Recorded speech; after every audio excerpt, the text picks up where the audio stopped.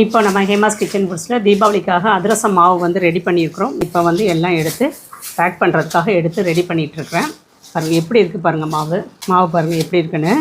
நல்லா இலக்கமாக இருக்குது பாருங்கள். இந்த அளவுக்கு இருக்கணும். நம்ம இந்த அளவுக்கு மாவு எடுத்து சின்னதாக இப்படி தட்டி, உங்களுக்கு அதிரசம் எந்த அளவுக்கு வேணுமோ அந்த அளவுக்கு இப்படி தட்டிட்டு இப்படி ஓட்டை போட்டு அப்படியே எண்ணெயில் போட்டு பொரிக்க வேண்டியதான். அதிரசம் பார்த்திங்கன்னா அவ்வளோ சாஃப்டாக வரும். இந்த அதிரசம் மாவு வந்து 2 நாளுக்கு முன்னாடி ரெடி பண்ணது. இப்போ வந்து இன்றைக்கி தான் எடுத்து பேக் பண்ணுறதுக்காக எடுத்துருக்குறோம். நல்லா ஊறி சூப்பராக இருக்கும். நம்ம ஹேமாஸ் கிச்சன் ஃபுட்ஸில் அதிரசம் மாவு போய்கிட்டே இருக்குது. அவ்வளோ சூப்பராக இருக்குது, நல்லா இருக்குது, வாங்கிக்கிட்டே இருக்கிறாங்க. நம்மள்கிட்ட பார்த்திங்கன்னா அதிரசம் மாவு மட்டும் இல்லாமல் முறுக்கு மாவு, தட்டை மாவு, ஓமப்பொடி, பட்டர் முறுக்கு, அப்புறம் வந்து ரிப்பன் பக்கோடா, ரவா லட்டு, அச்சு முறுக்கு, இது எல்லாமே இருக்குது. தேவைப்படுறவங்க ஹேமாஸ் கிச்சன் ஃபுட்ஸ் வெப்சைட்லேயும் ஆர்டர் பண்ணிக்கலாம், இல்லைனா வாட்ஸ்அப்லேயும் ஆர்டர் பண்ணிக்கலாம். அப்படியே நல்லா நெய் வாசத்தோடு அவ்வளோ நல்லா இருக்குது.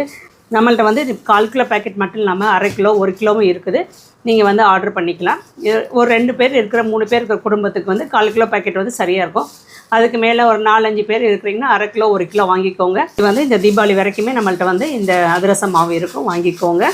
மாவு நல்லா வாசனையாக அவ்வளோ நல்லா இருக்கும். இந்த மாதிரி இருக்கணும் அதிரசம் மாவு. அப்போ தான் வந்து நமக்கு அதிரசமும் நல்லா சாஃப்டாக வரும்.